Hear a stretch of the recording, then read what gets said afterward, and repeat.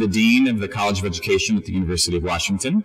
And on behalf of Eddie Uhara, the Dean of the School of Social Work, we are delighted to welcome you here this evening. The College of Education is dedicated to being the most research rigorous, practice-based, relevant college of education in the nation. The challenges and opportunities facing youth today demand nothing less of us. But we realize that the challenges and opportunities facing kids are not owned by a single discipline. They are shared by multiple people and multiple perspectives and enriched by multiple perspectives. And tonight's conversation around the 3DL partnership is a great example of what can happen in the university when we consider the full range of the needs of kids, parents, and families. So tonight we're going to hear about work related to the social, emotional, intellectual health of children and how social workers and educators can come together to solve problems that children face and create opportunities for them. It's really innovative work, and we're so thrilled that you're here tonight. Tonight's work is happening on the ground in Bellevue School District. And Bellevue is a phenomenal partner. And here to talk a little bit more about the work happening in Bellevue is Bellevue's Superintendent, Tim Mills. Thanks, Tim.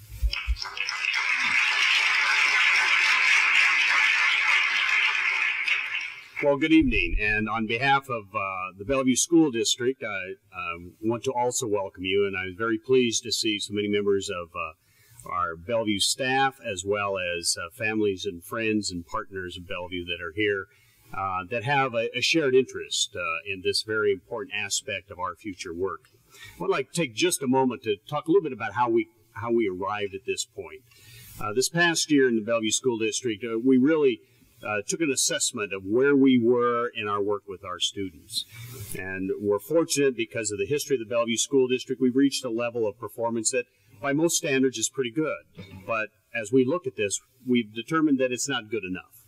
And so we started talking about how do we get to 100%? And how do we take the word all and say all really is about each and every? And so for us, that's the next 5 years. That's our journey. That's the road that we are going to travel that's going to involve getting 100% of our kids to the level of proficiency so that we don't have the gaps in their learning. 100% of our kids to graduation and a focus on college, career, and life. And so we know that there's a lot of work that we can do around academic performance because we're not at 100%. We know there's work that we can do around college preparation and that whole idea about how do you start developing plans and how are we making sure that we are developing plans for each and every one of our students for that end point of the K-12 experience and then ready to launch into that next part of their life. And we realized that the third component that is so critical is this area of social and emotional learning. We have been through a few decades of really strong focus on academics in the American education system. And there's been good focus and there's been a need for that. But there's also been a piece that's been lost over time. And we believe that's this area of social and emotional learning. And that's why it became such an important part of our work and our future. And so that's where we landed. And what was really great is we have a marvelous person. We have a lot of great people, but we have a curriculum developer. You're going to meet her in a moment, Michelle Prue, who really did an outstanding job. She's our counseling curriculum developer for our district and leading staff and piloting it in most of our elementary schools, getting our principals on board, and really accepting this as a launch this fall to really go live, as it would be on a new launch. And I've been in this business quite a few years, and I can tell you, I have never, in a school district, seen something so readily accepted and implemented as quickly as I have seen what we're seeing now with the ruler curriculum. And I'm in buildings a lot, and as I go in buildings, I see the charters up in classrooms. I know the work that's been going on with teachers. I see the charters in the teacher staff development rooms that they have done for themselves. I see the level of commitment with the mood meters. I love seeing kid language in rooms that's really talking about this very important part. It's real and it's personal. And so I thought the best way for me to say how's it going so far in our district is to read two short quotes, if I could. One is from a fourth grade teacher, Laura, and this is what she says. "The ruler curriculum has already had a profound impact on the learning community in my fourth grade classroom. During the first weeks of school, as we created our classroom charter, I watched my students transform from a group of individuals to the beginnings of a community with shared values and a common culture.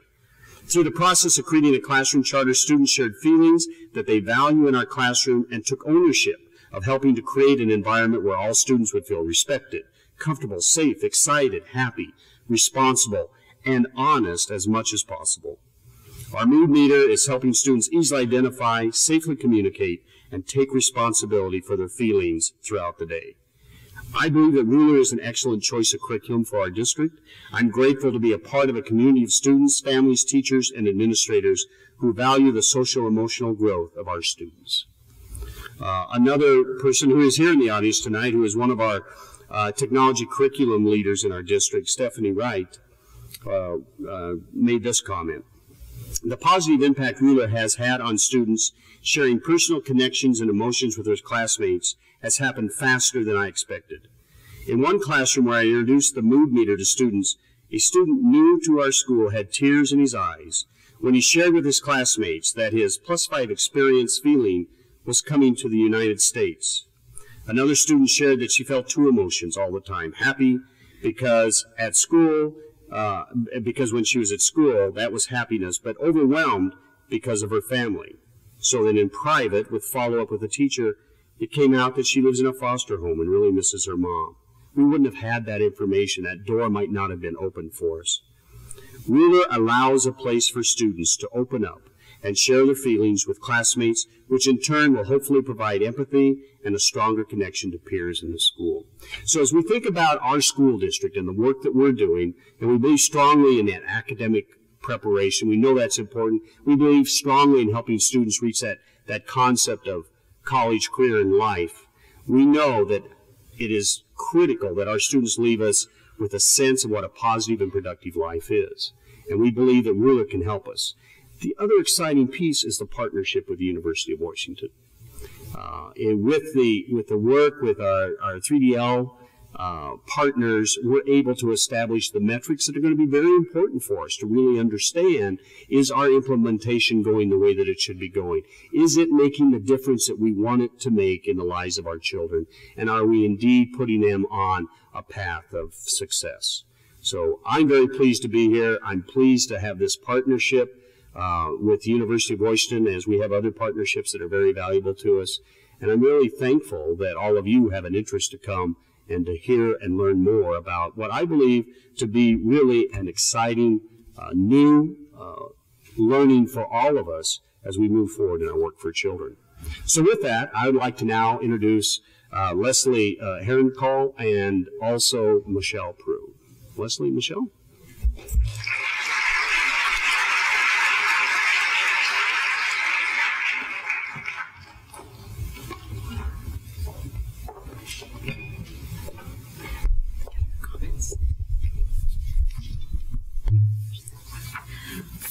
Welcome.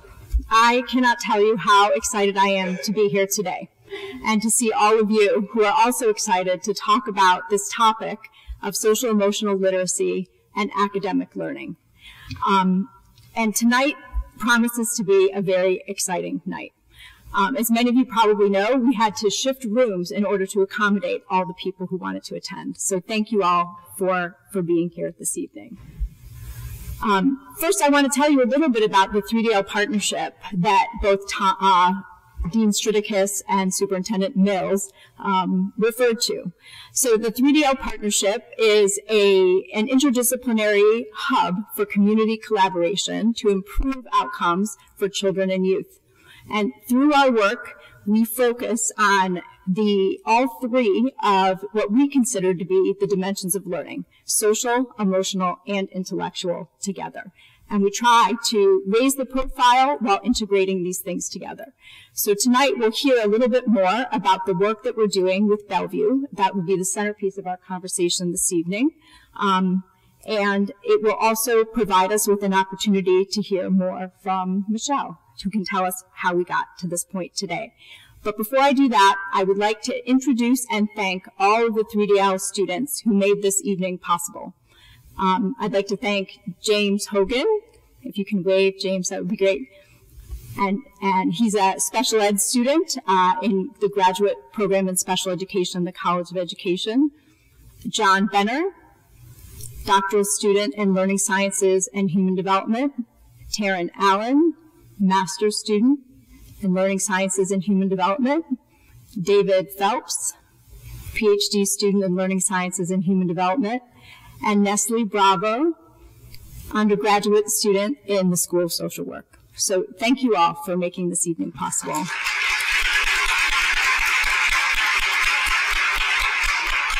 Now I'm going to turn it over to Michelle, who can tell you a little bit more about how we got here to this place.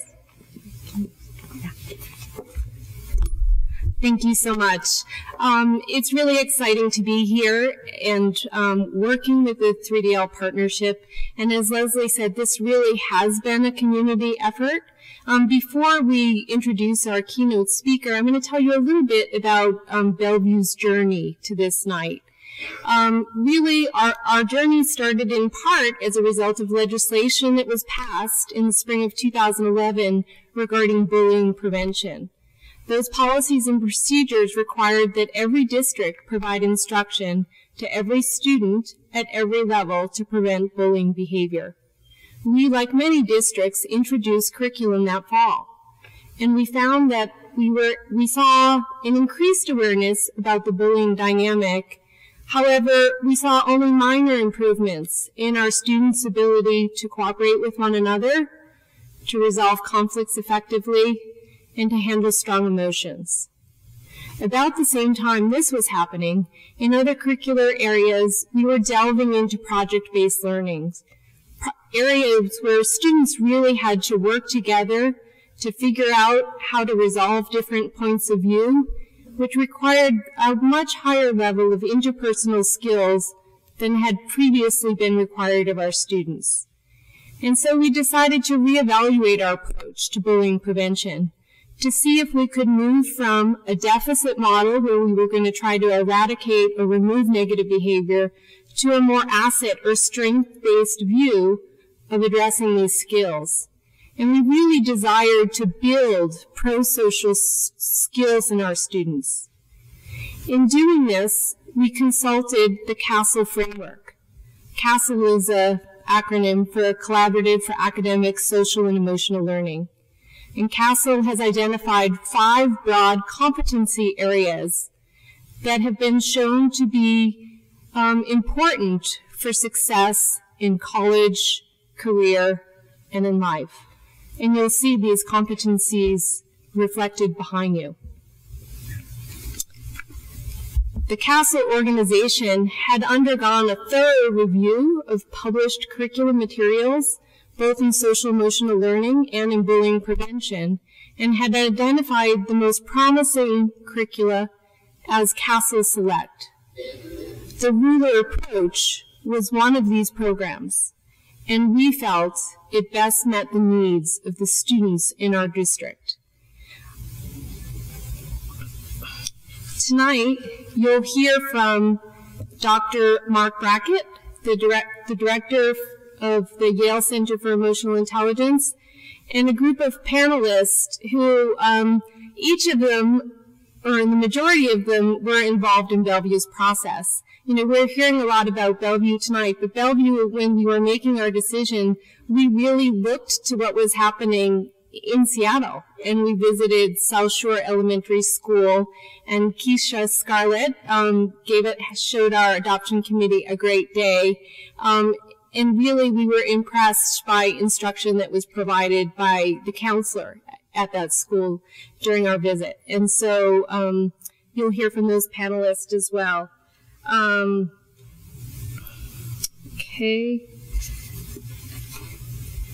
As we've moved to implement the Ruler approach in Bellevue, we've benefited from partnership and guidance from Dr. Leslie and Dr. Todd Herring-Cole. Our hope tonight is that in joining together as practitioners and researchers, we can collectively impact the advancement of this work in our region.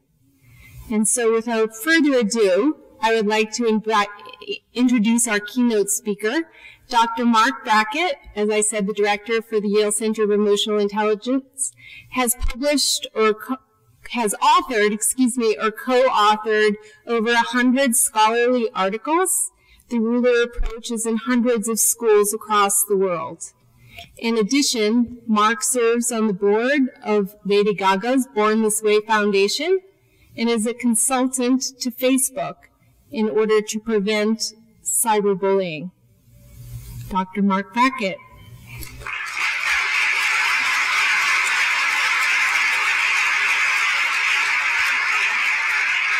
Thank you, sir.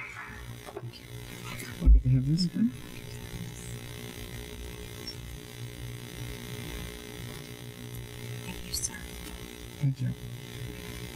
Good evening, everyone. Hi. Can you hear me okay? Yes? All right. So, I feel like this is incredible that so many people have come out to hear some guy from Connecticut talk about feelings. It's a good thing.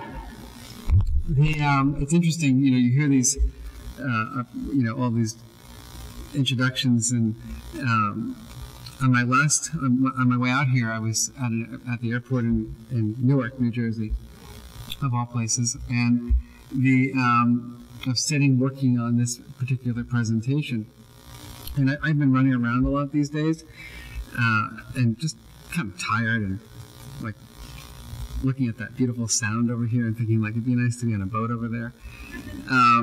And the long story short was this person came up to me, and a woman, I was really kind of focused, and she looked at me like I was something. She goes, "Is everything all right?" And I said, "Yeah, sure, everything. I'm just working on something." And she goes, "Well, what do you do?" And I was sort of like, "Oh, I'm not really in the mood for this right now." So I played a game with her, and I said, "Well, what do you think I do?" And she said, "Well, you look like a hairdresser." So, I haven't had a chance to get a haircut in a while. I'm kind of getting that James Dean thing going on. And so I said, "Actually, I'm a psychologist." And then she had the nerve to keep going, and she said, "Well, they let people who look like you be psychologists?" So that was my pre-trip to Seattle. I have to say that, being here today, I had the pleasure of working with one of our colleagues and partners in social and emotional learning, the Committee for Children, this afternoon. And also now here seeing my friends from Seattle who I've gotten to know for the last few years, and now this year working with Bellevue. This is like the example of East meets West. So I'm quite excited to be here tonight to share with you what we've been doing and what you'll be seeing happen in some of these Bellevue and Seattle schools. Let me just share with you a little bit about the center. I am honored and privileged to be the director of this center. My predecessor is the president of Yale now. His name is Peter Salovey. And Peter was one of the founding fathers of this concept of emotional intelligence. And I was fortunate enough that when I got my position, the year 11 years ago when I came to Yale, he became dean of the university, and then he became provost and now the president. So I gave his inaugural talk just a few weeks ago, and I said, it's the evidence that emotional intelligence really matters. You get to be president of the university when you got it. And my hope is that what you'll see tonight is that these are really critical skills that are really, they're not, as some people call them, non-cognitive or soft skills. These are very sort of quote-unquote hard skills that really govern the way we live and interact in the world. And so our vision for our center is to use the power of emotional intelligence to create a more healthy, psychologically healthy, physically healthy, effective, both at school and the workplace, and compassionate society. And what we do at our center is we merge the science and the practice, which means that we conduct rigorous research and we develop what we believe are innovative approaches to teaching these skills to people of all ages. And something that's near and dear to my heart is I say people of all ages, and I mean that. Like, if I had it my way, these would be a set of skills that we would start developing in the womb, and you would still develop them right up until you go into your tomb. Because life brings with it so many challenges that are unexpected. So you just never know when you're going to need your emotional intelligence. Like lying on the beach, you don't really need to be emotionally intelligent, right? It's when somebody kicks the sand in your face. That's when you have to have these skills. And I always give the example of my father, who was is a lovely man. I wouldn't call him the most emotionally intelligent individual in the world. But he developed skills, and he recognized that he needed some more strategies to manage his emotions. But now at age 80, his wife recently, this last year, called me and said, you know, I'm divorcing your father. I'm like, what are you talking about? And she goes, well, his anger is just out of control. I said, really? Like, that brings back memories. I said, but Jane, we got to deal with this, right? Because if you divorce him, that means he's coming to live with me. So this is not an option. We need intervention. And my brothers and I go up to visit him in upstate New York, where he lives now, and took him out to the local coffee shop. Not like the lovely ones here. It's a Panera. No offense to Panera, but it doesn't compete with Cafe Vita and Victrola. We just sat down and started unpacking his uncomfortable feelings and the strategies he was choosing to use to regulate. And I won't go into the whole story because it's being filmed and just lost my whole reputation with my family. But the point was that he just needed that moment of self-awareness, that he just hadn't had the opportunity to really check in with himself. He needed to think about, am I behaving in a way that aligns with my best self as a husband? And what are the strategies that I need to help me manage my emotions now with these particular circumstances? So I say seriously that this is a womb-to-tomb education, and we're just going to start in preschool and work our way up. This is one of our tools. We call it the mood meter, and you heard a little bit about that from an anecdote just a moment ago. I'm going to teach you a little bit about this tool tonight because I think it's relevant. It is 7:20 p.m. on a Tuesday evening, and I'm the emotional intelligence guy, so my job is to ask you how you're feeling. And the mood meter helps us have access to those feelings. So on the x-axis is your pleasantness. All of you right now are, you have some kind of dialogue in your mind, don't you? Like, this is going well, this is not going well. He makes me feel comfortable, he makes me uncomfortable. I wish I were home. I'm glad to be here. So that's that pleasantness dimension. -5 would be that right now you are psychologically in the worst place of your life. Anybody? No? All right. +5 would mean that right now, oh my goodness, this is exactly what I've been waiting for my whole life. Going to talk about social and emotional learning.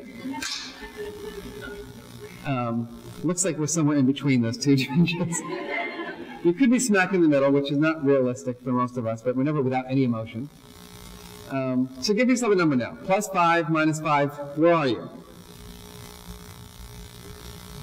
Now turn your attention to your bodies, your energy, your activation, your how alive you feel inside your body. +5 would mean that right now you just want to explode, you have so much energy you can't contain yourself, you want to just get up here and take over the presentation. -5 would mean that you're in the deepest pool of despair you've ever lived in. You're at the end of your rope, you are sapped. And then you put the two together. And then you end up in one of 4 quadrants. How many of you are feeling pleasant with a lot of energy? Raise your hand. Okay, I've got a lot of work to do. Nice. Gotta give my, How many of you are pleasant but lower in energy? Okay, a lot of green in the room. Seattle, right? Everybody's just sort of like,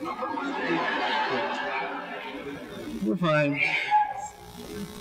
Anybody in the blue or red tonight feeling unpleasant, maybe with a lot of energy? Or unpleasant, lower in energy? No one. Or maybe 1 or 2 stragglers. Okay, few of you. So I ask all of you how realistic that is. Are you masking your true feelings?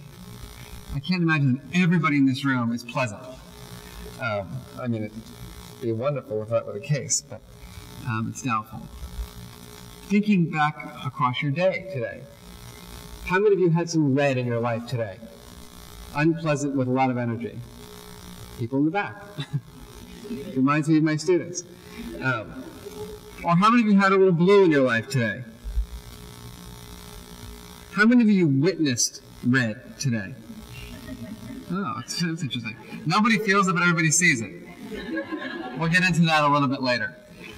What I'd like you to do right now is think about the word that best describes how you're feeling right now. The feeling word. Take 3 seconds to do that. Please. Raise your hand, just for curiosity, if you had some trouble finding the best word to describe your inner life. Raise your hand. Put your hand up really high, like stretch. Look around the room. So a large portion of us, over 50, 60%, couldn't find the best word. Makes me feel like I have a career ahead of me. Any hypotheses about why that might be the case? This is the audience participation part, by the way. We haven't had a lot of training being able to choose. We haven't had a lot of training. I paid her to say that, just so you know. Yes, probably right. Any other hypotheses? Yes, ma'am. It could be a million. You have so much going on in your life. Good point. Any yes? You need more time. So ask me how I'm feeling, please.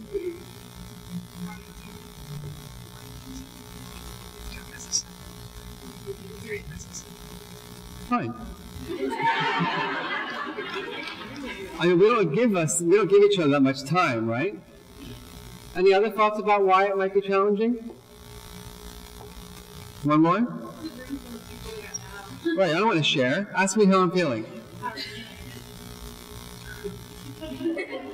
Devastated.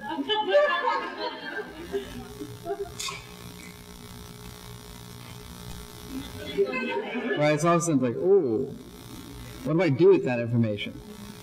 We have to know what to do with it when we hear it, right? How many of you just say fine? Mostly say fine, fine, whatever. We're going to think more about that tonight. What does it mean to have the ability to articulate or be more granular about our inner experience of emotion? I'd like you to think about why you chose to be in the yellow, the green, and the blue, and the red now. Any reasons for that? What made you say green? Who said green? So why are you green? It's late in the day. Okay. Any other thoughts about why you're green? Yes.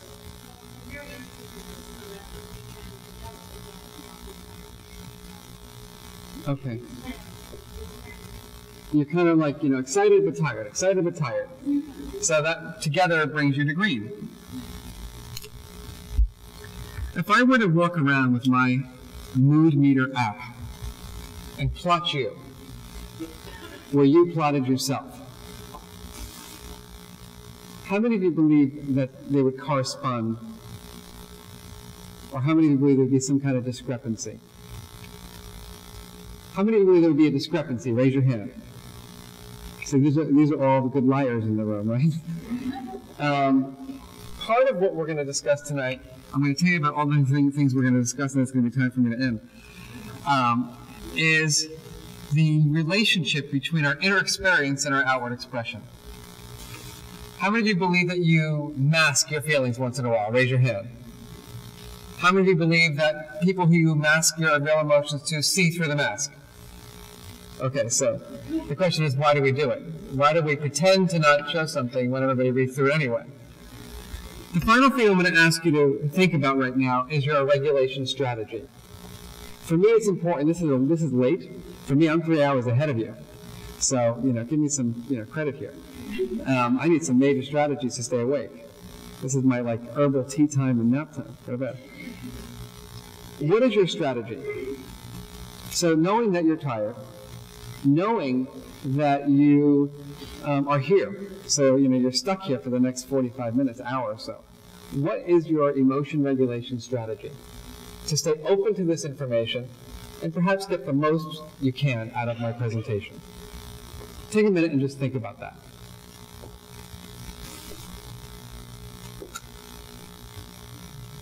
Raise your hand if you feel like you have a good strategy. 2 people. I have even a greater purpose in the Pacific Northwest. So, honestly, what are some strategies that people came up with? Self-talk. Who said that? What is going to be your self-talk?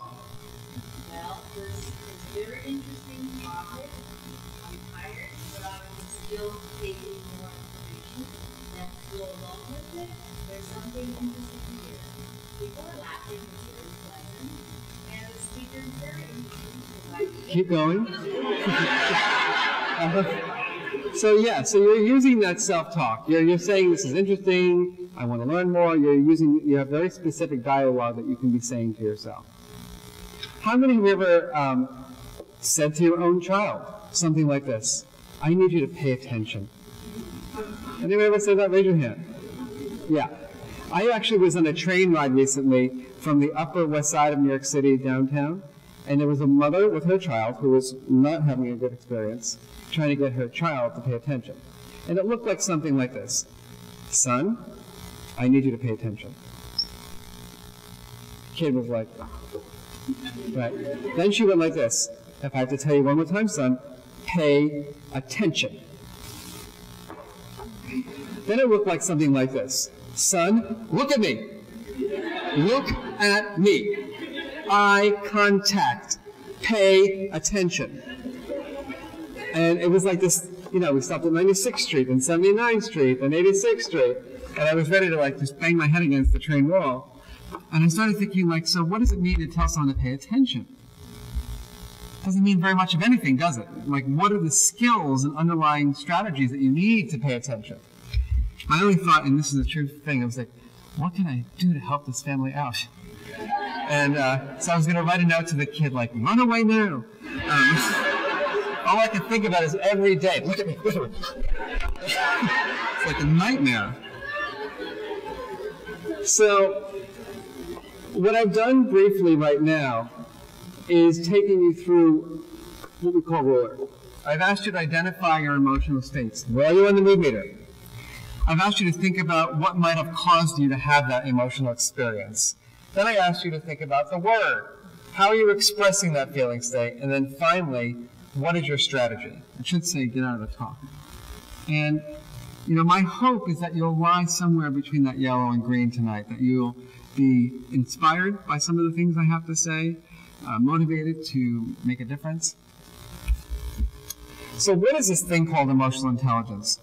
It's interesting. Historically, passion and reason are antithetical. Rule your feelings, lest they'll rule you. Not very promising for an emotional intelligence. It's interesting, on a recent trip, I was in a car coming back from the airport, and the person who was driving said to me, what do you do? And I said, I study this thing called emotional intelligence. And he said to me, that sounds like an oxymoron. And, that's the way it was historically. How could you be intelligent about your emotions when we all think emotions bring us to the dark side? Our emotions are what derail us from our goals, not help us stay focused. Well, that's very different from the research that we've done and other people have done in the last 20 years on the role and importance of emotions. What we now know is that emotions drive our attention, memory, and learning. So you heard from Michelle a moment ago about their need to figure out best practices for managing bullying. Well, I should be honest and say I'm on the anti-bullying campaign, because I don't believe that current approaches to bullying are very effective. I think we need to not have rules, but we need to teach skills. And I think that we need to create environments where people feel safe, valued, and respected, not places where we punish children and kick them out for being bad. I can also tell you from my own life experience as a kid who was horrifically bullied in middle school, is that in that state of anxiety, about, am I going to get picked on from class A to class B? Am I going to get home safely?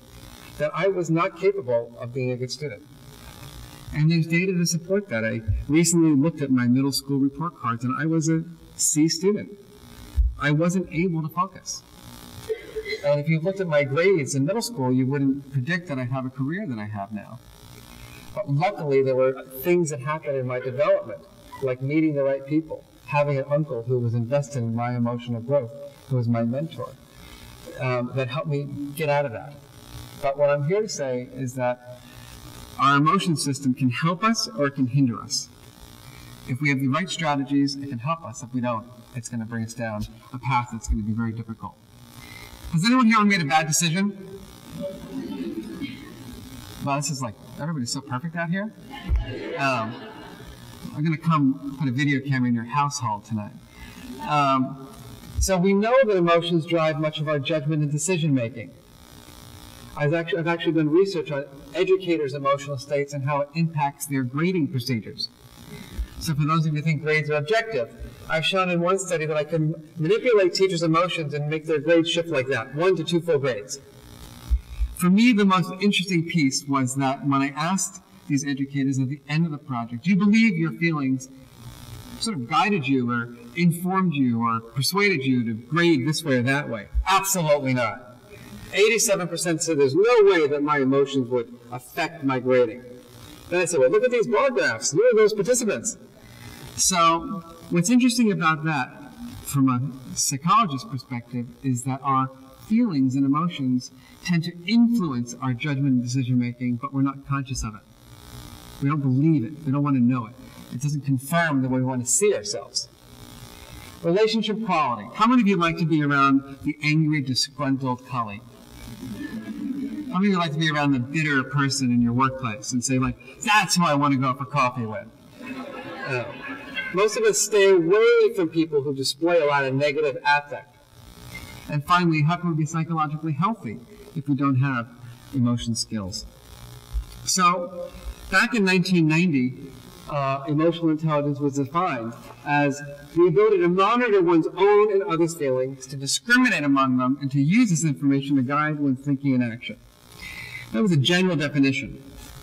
Right now, what we do is we ascribe to this ruler approach that we've heard about, which has to do with 5 critical skills of recognizing emotions in oneself and others, understanding where they come from, how do our emotions affect our decision making? That's kind of interesting. What are the best words to describe our emotions? How do we express them appropriately? How do we regulate them effectively? So let's break them down a little bit. Recognizing emotion. Identifying an emotion in oneself and others by interpreting facial expressions, body language, vocal tones, and physiology. Let's imagine all of you wanted to show me that you are compassionate human beings. But you can't say a word. You can only make a sound. On the count of 1, we're going to make the sound of compassion. Some of you look like you don't want to do it. Tough luck. You don't have to do it. There's enough people in here for it to work. 3, 2, 1, go. Not bad. Let's try it again. Compassion. 3, 2, 1. Now let's imagine you're in awe of something. Ready? 3, 2, 1. Compassion. Ecstasy. I'm almost trembling for you guys here. You guys got to get out to New York once in a while. So, this is a pretty nuanced set of skills. It's not just face, it's body posture, gesture, vocal intonation, physiology. Understanding of emotion is about knowing the causes and consequences, and including how they affect our thinking and judgments and decision making. So going back to the mood meter, we might think about how our emotions are useful for instruction, not just labeling emotions, but why aren't teachers taught how to differentiate instruction using emotion? So I know Seattle and the state of, I'm going to say Connecticut, of Washington is interested in changing policy around social and emotional, and I couldn't be more happy about that. You might think that being in the yellow is the best place to communicate that. So, for example, I could come in like this. Hi, everybody. I can't tell you, there are no words in the English language dictionary to describe my happiness tonight. Look at me. I mean, I am here to talk to you about social and emotional learning. I mean, my goodness. I could come in the green. Judy, it's good to see you. Michelle? Leslie? Why don't we start off this evening by taking a deep breath together? Would you mind? I mean, it's all about being present, isn't it? If we're not present, where are we? I mean, from my perspective, there is no past. We don't know the future. So why don't we just all come together in the here and now? And I hope you enjoyed this presentation on social and emotional learning. I can come in the blue. I don't know about all of you, but I mean, what education reform has ever worked? I mean, if you look at the research, I mean, we all do this research, we spend millions of dollars in studies, nobody reads them. I mean, maybe your graduate students read your projects, but who else reads them, honestly? 100 papers, I mean, what influence does that have? I'm not sure about, you know, we know emotions matter, but I think I'm probably the only person who really cares that's here right now. But we should go on with the presentation. I could come in the red and say, good evening, everyone. My name is Marc Brackett. I'm a psychologist. And it's kind of interesting, isn't it? Over the last 10 or so years, myself and my colleagues throughout the United States and even around the world have shown that a child's ability to regulate his or her emotions predicts things of great importance. Academic achievement, mental and physical health, relationship quality, less bullying, all these important outcomes that we all care about. Controlling for the child's IQ. We know that a child's ability, and even the educator's ability to manage and understand their emotional life makes all the difference. So why is it that it's taking so long to pass this legislation?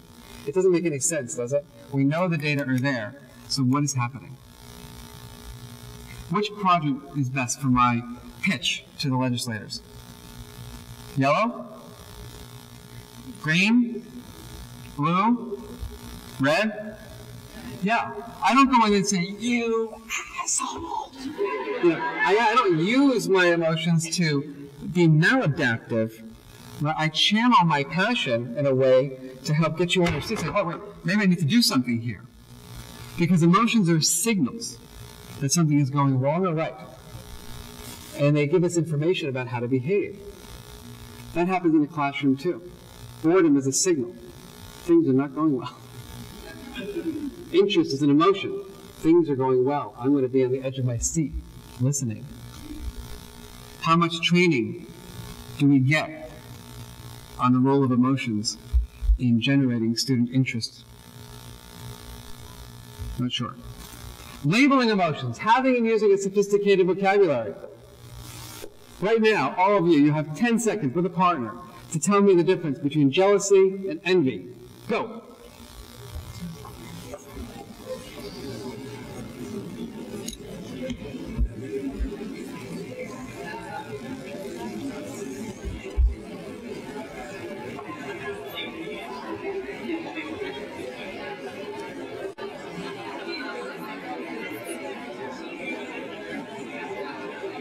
Okay, time. We're definitely the best student tonight. Okay, everybody, who's confident? Who's confident is going to buy me my quad-shot Americano Mezzo tomorrow morning? Yes, back there?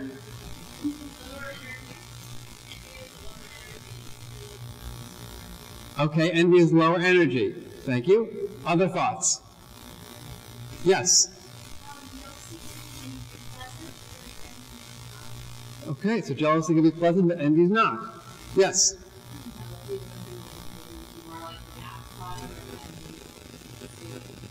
So you stew with your envy and you kill with your jealousy. Okay. Any other thoughts? Yes?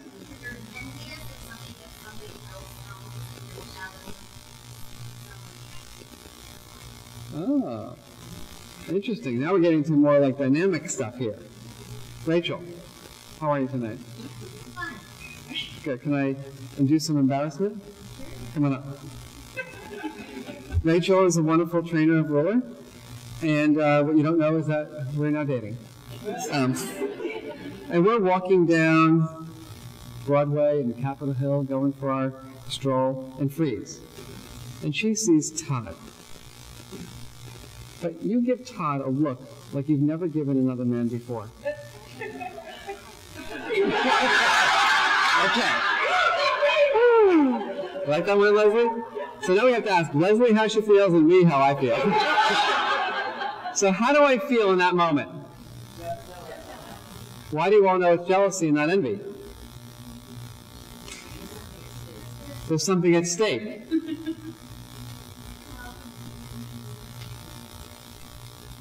We can spend all night on this. We won't. Because I'm fearing the loss of something very important to me. So jealousy has the theme of losing something important to you, or fearing the loss.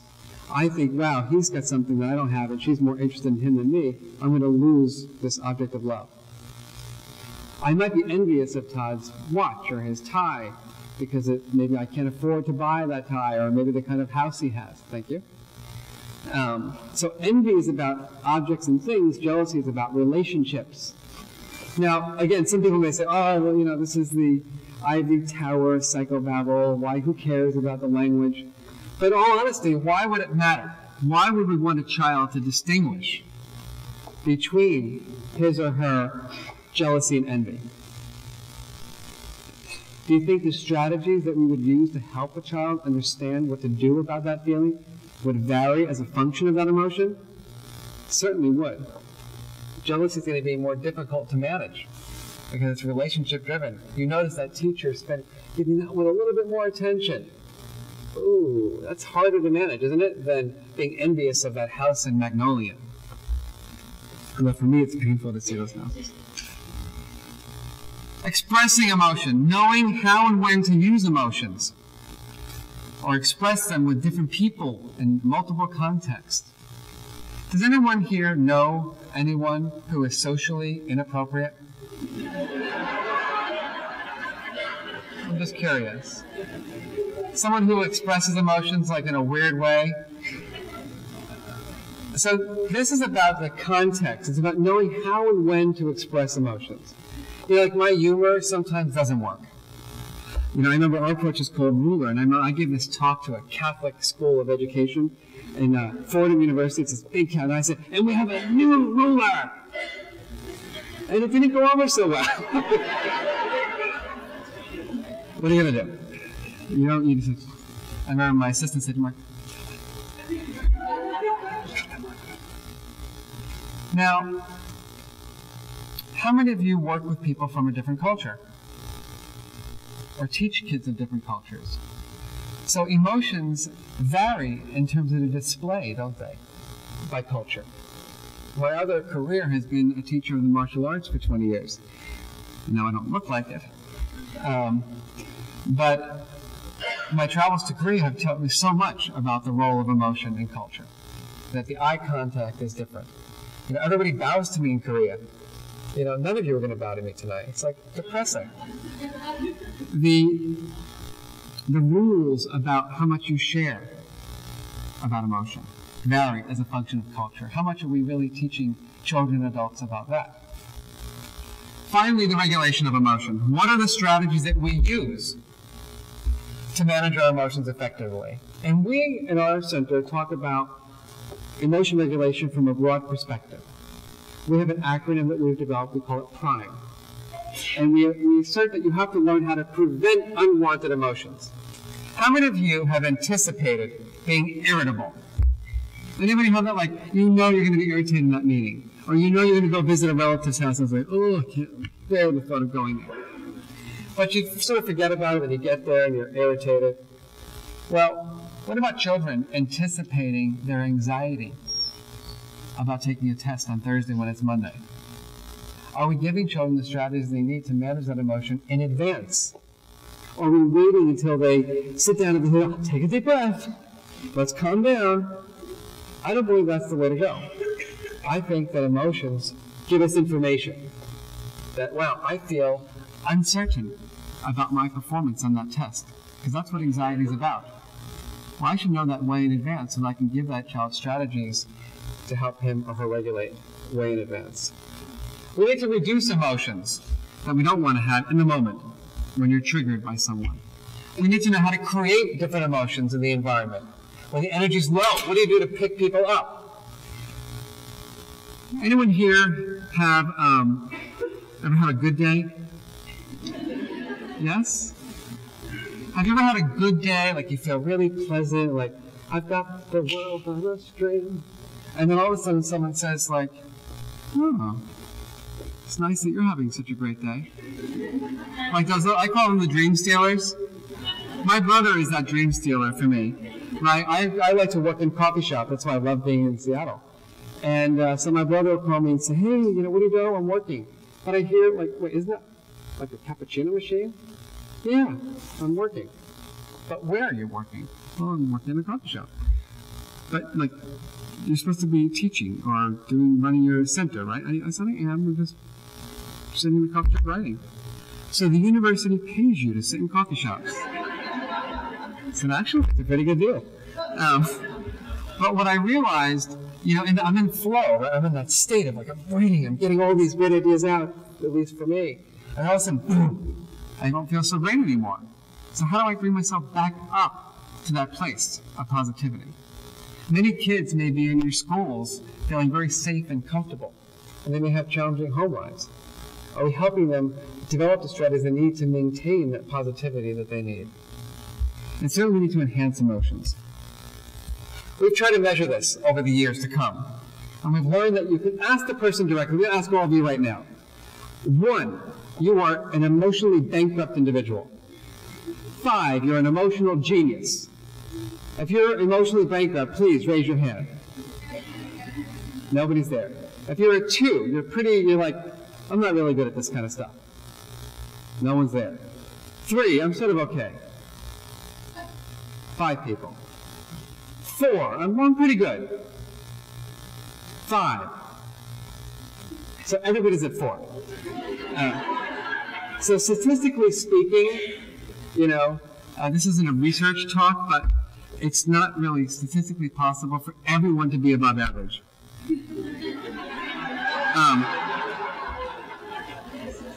So obviously, self-reports are not that accurate.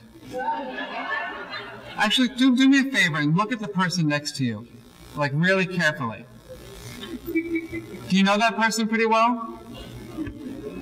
Ask yourself the following, everyone look front. Don't look at that person anymore. Don't look at them. Look up front. Raise your hand and be honest. If you think you are more emotionally intelligent than that person.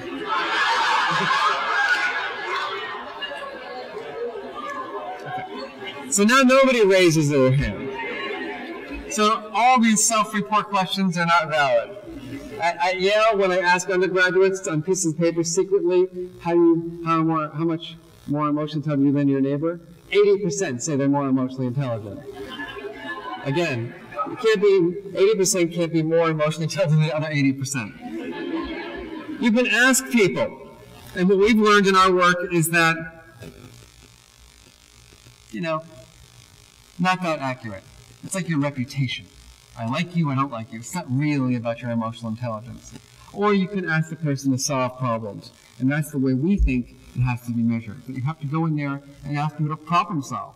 Have them really think critically about facial expressions and decode them. Have them give them scenarios where they have to think about the best strategies that they would use to manage them. And it just basically says, you know, that maybe how you see yourself is not as important as we think it is. That what we want to know is how skilled you are. What are the actual skills you have? If I were running a campaign, right, I would want to know the skills of the person that I'm hiring to recruit people. Not what they believe they are, how good they are. Now, what we've done, and I'm going to breeze through this now, is we've studied emotional intelligence among students and have found all these important outcomes. Less anxiety, less depression, less likely to abuse drugs and alcohol, less likely to bully others. Greater leadership skills, more attentive in school, less hyperactive, and they perform better academically. So pretty clearly, these skills make a difference. Among teachers, guess what? They matter as well. Teachers with higher skills than Sarah are more positive. They receive more support from their principals. People like to be around people who have these skills. Report greater job satisfaction and less burnout. We've moved beyond the study of emotional intelligence of the individual and now study the emotional climate of a classroom. What we found there is that classrooms that are rated as more emotionally intelligent by observers who have nothing to do with the school itself, we then interview students in those classrooms, they're more engaged. They report having better relationships. They have increased pro-social behavior, and they get higher grades in standardized test scores. So it seems to make a difference, doesn't it? Even when we go to managers and leaders of companies, we find these skills make a difference. In one of my recent studies, I had a Fortune 100 company, and I asked the CEO, the CFO, and the COO to rate the top 100 managers on one question. Many other ones, but the one I was interested in was this. It was exploratory. If you were to leave here tomorrow, would you do anything you could to take this person with you? And what we found was the strongest correlate of emotional intelligence was that item. That people just want to be with people and work with people that have this set of skills. So people ask all the time, how does this develop? I don't know. It's a big question that we have. Is it nature or is it nurture? How many of you believe it's nature? You're just born with your emotional intelligence. You got it or you don't? Raise your hand. No one.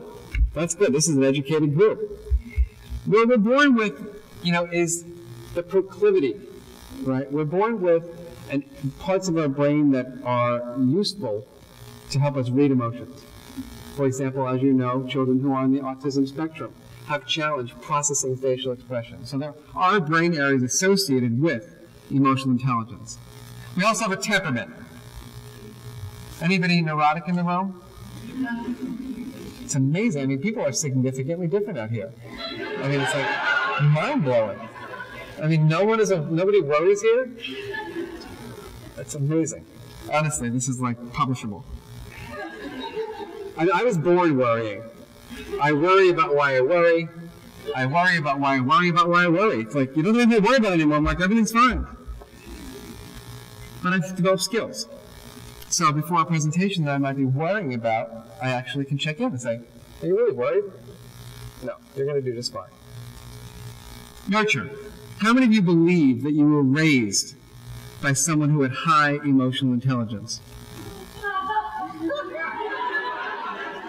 About 5 people.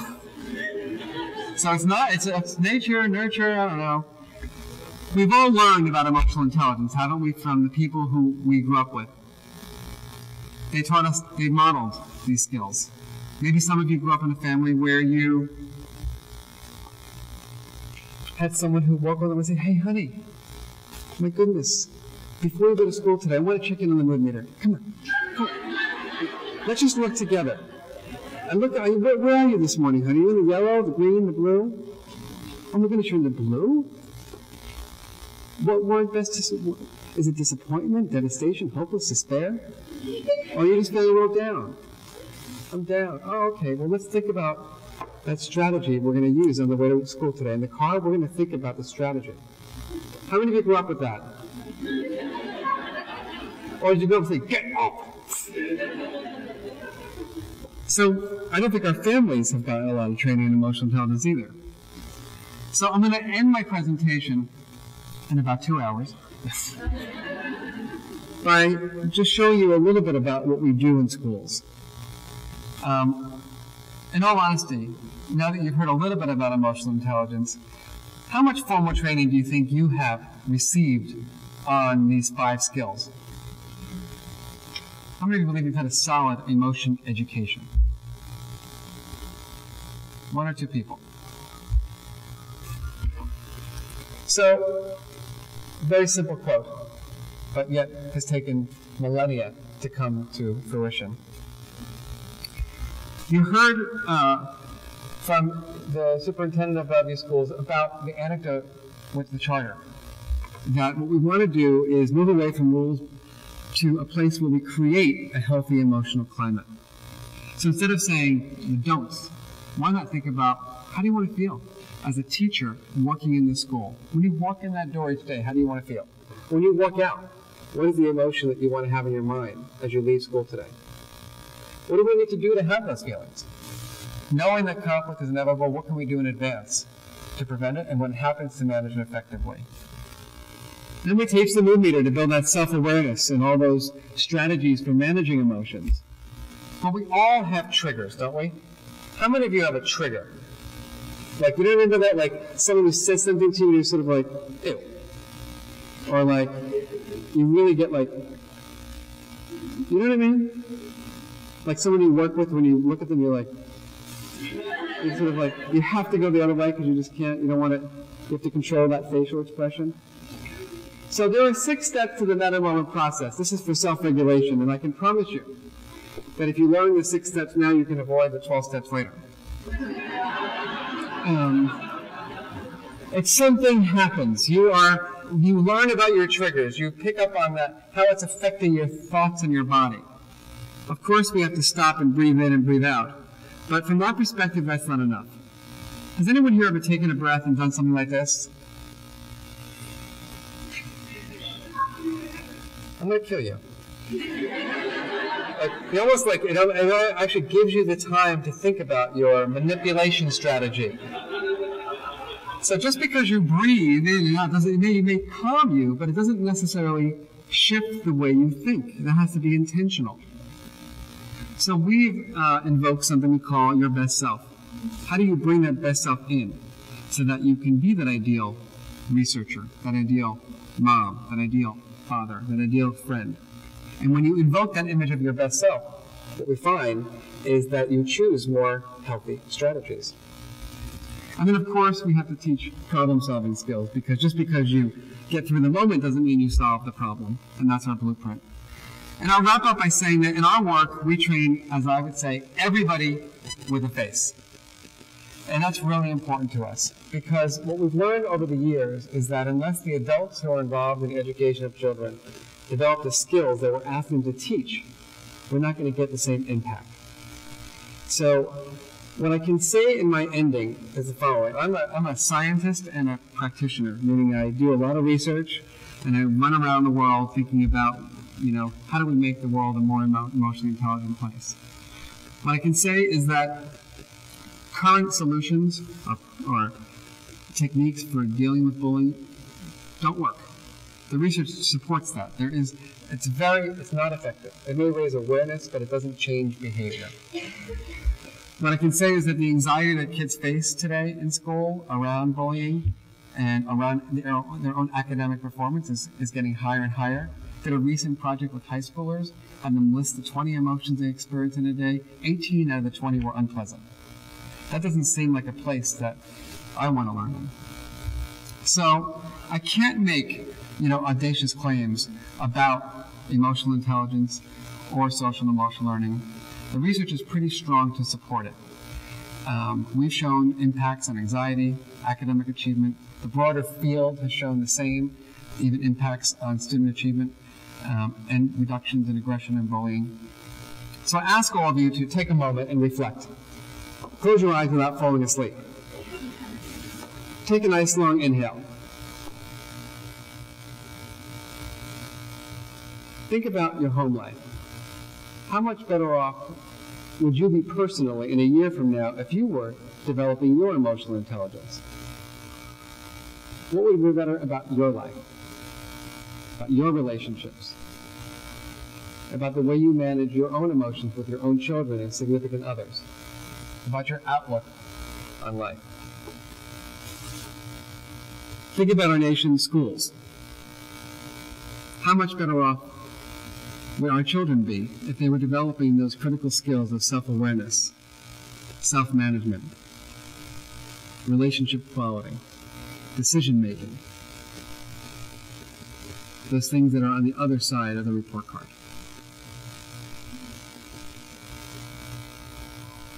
So open your eyes before you fall asleep. So in closing, I'll say that while I can't make audacious claims, what I can say with a lot of confidence is that bringing this kind of programming to schools can make all the difference. And my hope is that Washington will become one of those places where children can be developing both sides of their brain, and maybe you'll be the state to show that you can create an emotionally intelligent society. Thank you very much.